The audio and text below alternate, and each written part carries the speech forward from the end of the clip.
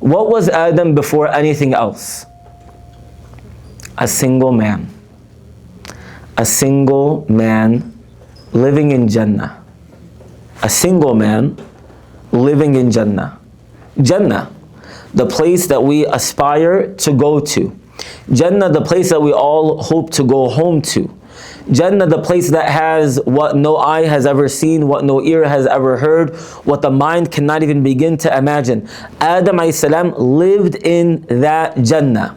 What did Adam alayhi salam? Living in Jannah, drinking from the rivers of Jannah, eating from the fruits of Jannah. What was Adam alayhi salam yearning for? Companionship. And subhanallah, we live in a society and in a world where many of our brothers and sisters are struggling with being single, and they are living in a place that is far from a Jannah. And so the first familial dynamic that we see in Adam alayhi salam is Adam as the single person, struggling to be single without any form of companionship, struggling to be without any form of friendship, struggling to be without any emotional or mental support from any other person. And we saw Adam alayhi salam living in the Jannah that we are desiring and praying and crying for every single day. And Jannah itself, without the people of Jannah, was not a place that Adam alayhi salam could bear to live in, to the extent that despite being in Jannah, he went to Allah Azza wa Jal and he complained of this loneliness. And we say that to affirm without a shadow of a doubt that marriage is part of the fitrah of a human being. Marriage is a part of the fitrah of the human being. And anyone that tries to convince you otherwise, let me be explicitly clear here. No career, no major life accomplishment, no political movement, no civic engagement, no whatever it may be that you have will ever substitute for the yearning in your heart for the companionship that can only be attained in marriage. And that's just the reality of the situation. Does that mean that it is fard to get married? Absolutely not. For some people, the hukum may be that it becomes fard for them to get married. For other people, the hukum might be that it's sunnah for them to get married. For other people, the hukum might be that it is permissible for them to get married, and so on and so forth. So we are not getting into, y'all are not going to get me to say highly controversial statements on a Thursday night. But what I can say is that in the defaulted, natural, instinctive disposition of a human being, a person should pursue getting married, and no dunyawi accomplishment, no worldly accomplishment, specifically no career and wealth and affluence and clout accomplishment will fulfill the desire of a human being by default to be married. And Adam alayhi salam is the father of all of us, and that was what he felt living in the gardens of Jannah. But for each of us, the pursuit of marriage is something worth working for. Maybe it is a possibility that your first spouse will be in Jannah. Allahu A'lam. Maybe it's a possibility. But there is nothing to say that whether you've had 0 marriages or 3 marriages, that Allah Azza wa Jal doesn't have someone out there for you to make your life more beautiful and to make your life better. And if Adam alayhi salam was yearning for the companionship of a spouse in Jannah, then you best believe that you will yearn for one while you are on this earth. And that it will make your life easier to have a spouse by your side. And so we ask Allah Azza wa Jal by His most gracious name, we ask Allah subhanahu wa ta'ala to fulfill your needs. We ask Allah subhanahu wa ta'ala to bless you with righteous and beautiful spouses. And we ask Allah subhanahu wa ta'ala that you develop a family that will be the coolness of your eyes in the dunya and the coolness of your eyes in the akhirah. But all of this to say, don't give up. Even if it gets messy, even if things get difficult, even if you begin to think like, man, like I've sat with 5 people, they can't all be bad and I be good. Something must be wrong with me. Maybe yes, maybe there is a learning curve. Maybe there is an experience. Maybe there are changes that you need to make. Maybe you're being picky about the wrong things and not being picky about the right things. All of those things are possible. But guess what? Even if you're doing things right or wrong, it doesn't mean you shouldn't keep doing it. SubhanAllah, the process of getting married is at least 10 times more about getting to know yourself than it is about getting to know someone else. It's at least 10 times more about you getting to know you. Knowing what you want, knowing what you need, knowing what you love, knowing what you're missing in your life. And then it also shines a big light on your family dynamic that you've been avoiding since you were 18 and started going to college. So now all of a sudden, your dad wants to talk about who you should and shouldn't marry, and all of a sudden, your siblings that have been completely checked out are talking about you should consider this person and not that person. So subhanAllah, even the topic of marriage, it doesn't just start a new relationship, it brings to the surface a lot of pre-existing relationships. Sah wala la? And so it is so valuable that you continue to journey in getting to know people for marriage. And Adam alayhi salam, you know, whatever your journey in marriage is, and don't take this offensively please, it's not more miraculous for you to get married than it was for Adam alayhi salam. Sah wala la? Adam alayhi salam was the only human being that existed. You think you getting married is a miracle? Adam alayhi salam, there was no people. There was no earth even. There was no one. He didn't even have a reference point to know what he wanted and what he needed. Right? Think about how far-fetched it was for Adam alayhi salam to imagine what marriage is and who he would be married to. And yet Allah Azza wa Jal made the most miraculous marriage to ever take place happen. And that is the marriage of Adam alayhi salam. Your marriage is not going to be more miraculous than his. And not only was Adam alayhi salam's marriage the most miraculous one, but Adam alayhi salam's marriage was the most tried marriage. Why? Because they were removed from Jannah. You were never removed from Jannah. Adam alayhi salam was living in Jannah with his wife. And then they were removed from Jannah. And then they were sent to where? To this earth. And when they were placed on this earth, were they placed in the same place? They were separated. And then they found each other. You ain't got that kind of drama in your life. To be walking from the ends of the earth. No Jordanian airlines. One of the narrations says one of them landed in India. The other one landed in God knows where, Iraq or something like that. And then they met at the Jabal Arafah. Like, that's not your life story. That's not your, your romantic novel. That's not your journey. And yet Allah Azza wa Jal brought them together. So your marriage is not going to be more miraculous than Adam alayhi salam and Hawwa alayhi salam, and your marriage is not going to be as tried as Adam alayhi salam and Hawwa alayhi salam. And we ask Allah Azza wa Jal not to try us with our families and not to try us with our deen. And if we are tried, that Allah Azza wa Jal gives us the faith to overcome whatever we are facing by His mercy. And so Adam alayhi salam is this role model of marriage, and not just of marriage, of pursuit of marriage. Okay? Anything else that came up in your discussions before I continue further? Any other dynamics of Adam alayhi salam that you all observed? Siblings. Oh, I feel like I want that one to be its own one because of but perhaps we'll touch upon it a little bit. But I wanted to focus on Adam alayhi salam and Hawwa. So let's start with Adam alayhi salam. He yearned for the companionship. We talked about that. We said that his marriage was a miracle and his marriage was also tried. And let's talk about the initial phase of the marriage, which is Allah. He was yearning for companionship, and Allah Azza wa Jal created for him Hawwa. How does that sound? That Allah Azza wa Jal created for him Hawwa. What does Allah Azza wa Jal say to Adam alayhi salam? He created for him from him Hawwa. What does that mean? For him from him. What does that mean? That they are a part of each other. That they complete one another. That she is a part of him. Right? And subhanAllah, Allah Azza wa Jal could have created her from the brain or the head of Hawwa, but Allah Azza wa Jal chose not to.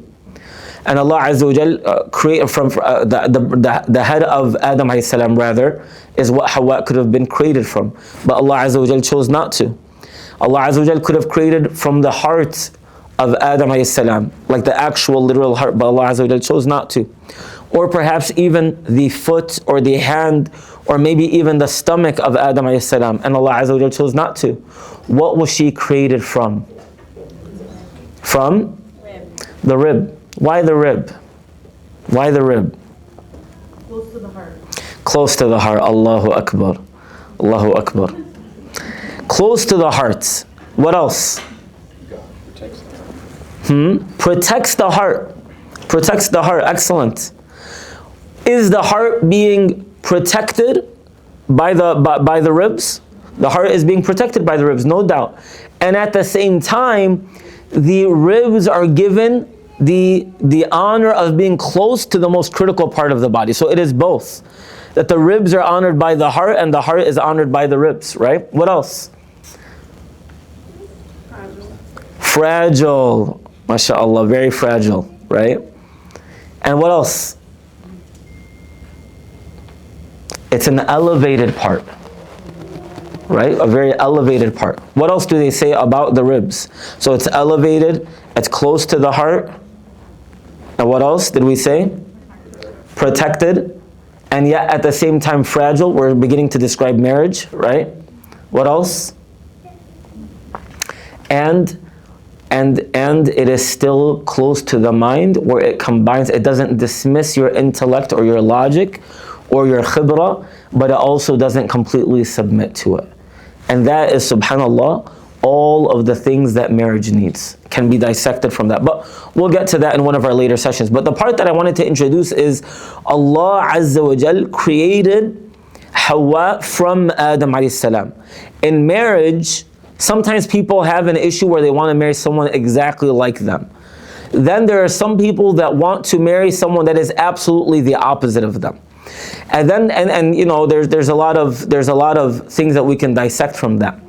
But the beautiful thing is that the Qur'an neither says to marry someone exactly like you, nor does the Qur'an tell you to marry someone exactly the opposite of you. The Qur'an says to find someone that completes you. And to complete you, they need to be neither the exact polar opposite of you, nor are they an identical copy of you, because you can't complete someone you're a copy of, and you also can't complete someone you're the opposite of. Does that make sense? So to complete means you are similar in the right ways and different in the right ways. And that is what marriage is. It's not that they need to be a carbon copy of you, and it is not that they have to be the exact opposite of you, because if they are the exact opposite of you, then there's too much volatility. And if they are a carbon copy of you, ain't nobody trying to be around themselves all that much, right? It becomes boring if you marry someone exactly like you. So it is that they need to be, that it needs to be that these people are what? That they complete you, that they are like you, that they are similar to you in the right ways, and that they are different than you in the right ways. And that is what we see even in the example of the prophets with their spouses, that they are similar and different, and that similar and that difference is something that is complementary to each other's lives, right? So that is the way that Allah Azza wa Jal created Adam and Hawwa. They complete one another, where she is a part of him. But if she is a part of him, then that means that when they are together, that they are what? One unit and not two separate units. And subhanAllah, one of the greatest tragedies in people getting to know each other in marriage, and as well as people that are already married, is that they are already blowing the whistle of Yawm al-Qiyamah, which is nafsi, nafsi, nafsi, nafsi. Myself, myself, myself, myself. They are approaching this like it is a very transactional experience. So I'm looking out for me. So I need to make sure that my husband is ready to wash half the dishes. I need to make sure that my wife is ready to cook all of the meals. I need to make sure that he doesn't expect me to take care of his parents. And she needs to know that it is her job to take care of the kids. It's like you want to write the job description for the other person, but you don't want the other person to write the job description for you. And that's not the culture of the Muslim. The culture of a Muslim marriage is that we are one unit that completes one another. And there will be phases in life where each person will play a more active role in certain things and a more passive role in certain things. And you never know what storms your marriage is going to face. You never know what storms your marriage is going to face. You never know what is going to come in the direction of your marriage. Financial prosperity or financial difficulty. The health of yourself or the health of your spouse. The health of your parents, subhanAllah. And that's why it's so important to explore these things very honestly and to make sure that you view the marriage as one unit and body.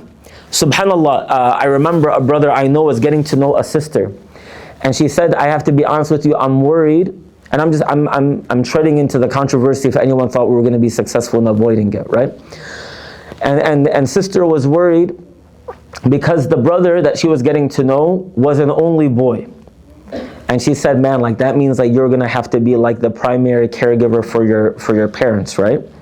Which is an assumption on her part anyway, right? Because sometimes the daughters care for their parents more than the sons, right? And it's an honor for whoever it is to care for the parents. And it is an honor for everyone involved to care for the parents in whatever form that they can care, right? فعلى كل حال, she said, I'm worried that your parents are going to have to live with us. He said, you know what, inshallah, I'm going to be a doctor, and they can live like within 5 minutes, and I'll just, check up on them. And of course, we're going to work on taking care of them together, which is like such a privileged position to be able to even say that, right? Like you have to have a lot of cards lined up to be able to say that. The sister said, and I quote, she said, oh, I went to one of those conferences, conventions, and they had this talk. It was called like in-laws or outlaws, and I just want to avoid like having drama with your parents, so I think it might be better if you don't take it upon you to be the primary caregiver of your parents. He looked at her and he said, Ukhti, if the day after your wedding, your parents need to live with us, they can live with us till the day I die. Because I will never afford my parents something I'm not ready to afford your parents. Needless to say, they did not get married. But the lesson there is that you need to be ready to treat the business of your spouse, the dreams of your spouse, and the family of your spouse as your own business, as your own dreams, and as your own family. And I know that sounds extremely aspirational. And I know that sounds like, like a unicorns and rainbow thing. But when you think of yourself as one unit, when you think of yourself as one body, you and your spouse, then you can begin to say, this isn't about me versus her, this is about me and her. Right? And vice versa for the sisters, right? And so this is how we avoid this culture of like, keeping score of who does what for what. You don't know what bala you're facing today. You don't know what bala your partner's going to be facing the next day. So approaching it with this mentality of one body. Once we grieve together, we grind together, we mourn together, we laugh together, we celebrate together. And subhanAllah, that kind of shared culture of family is something that insha'Allah ta'ala allows us to become like Adam alayhi salam and Hawwa alayhi salam. And so of course they lived in Jannah together. Talk about a honeymoon. Their honeymoon was in Jannah, right? Their first days of their marriage was in Jannah. And subhanAllah, it was thereafter that Adam alayhi salam and Hawwa, as is the case when there is a lot of prosperity, there is opportunity for what? Whenever there's a lot of prosperity, like a lot of blessings, what is there opportunity for? Forgetfulness, tab'an. When everything is going well, and we ask Allah Azza wa Jal that we deal with the best of, like we're blessed with the very best of what this world has to offer. وَلَا تَنْسَ نَصِيبَكَ مِنَ الدُّنْيَا. But they had a moment of forgetfulness, and that's why subhanAllah, when you're in a season of prosperity, it is important to remind yourself, this prosperity is from Allah Azza wa Jal. هَذَا مِنْ فَضْلِ رَبِّي لِيَبْلُوَنِي أَأَشْكُرُ أَمْ أَكْفُرُ. My eyes working today is Allah's fadl upon me. My roof not leaking today is from Allah's fadl upon me. Me not getting a flat tire today, I didn't do anything to prevent a flat tire today. This is from Allah's fadl upon me. And Allah's fadl upon me is something I can't even begin to measure. Allah's fadl upon me, I can't even begin to measure it. And when you are able to see that and you contextualize it to be Allah's fadl upon you, then what does it make you do? Remember Allah Azza wa Jal more. And that prevents us from falling into the forgetfulness that so often human beings do when they are in a state of prosperity and ease. in prosperity and ease. And in that moment of prosperity and ease, Adam alayhi salam and Hawwa alayhi salam, they ate from the tree, right? And there's a lot to dissect from what shaitan tempted them with. What did he say that this tree was going to give them? It was shajaratil what? Shajaratil khuld. The tree of what? The tree of eternity. You ate from this tree, you're never gonna die. Many of us, the mistakes that we make it like, why are you investing in questionable businesses? Because why? Because it's for my children and my children's children, my cousin twice removed. Why are you like going into like haram spaces? Because you know the greater benefit, you know, like very sparingly, are people treading into evil things because they've embraced evil. More often than not, people tread into evil because they've been able to do what? Justify it, legitimize it. Sah wala la? So very similarly, Adam alayhi salam and Hawwa, they were convinced by shaitan, like, listen, this is a tree that will make you live forever.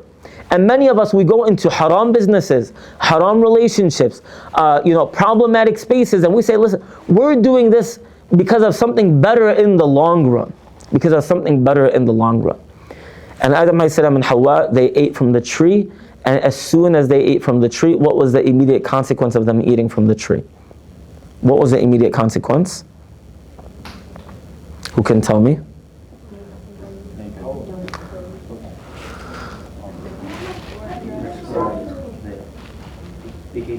فَبَدَتْ لَهُمَا MashaAllah, a lot of people who know Qur'an here. Allahumma barak. فَبَدَتْ لَهُمَا سَوْآتُهُمَا, right? What became apparent to them? Their vulnerabilities. The parts of them that they wish they had concealed and covered, became aware of them. Sometimes Allah Azza wa Jal lets us slip so that we can see the realities of the part of us that need fixing. And that's why a sin that brings you to Allah is better than a righteous act that takes you away from Allah. And sometimes Allah Azza wa Jal allows us to slip with the people we love the most so we can turn to Him with the people that we love the most. And how beautiful of a blessing it is to save your marriage by turning to Allah together with your spouse, by actually changing the way that you live your life with your spouse.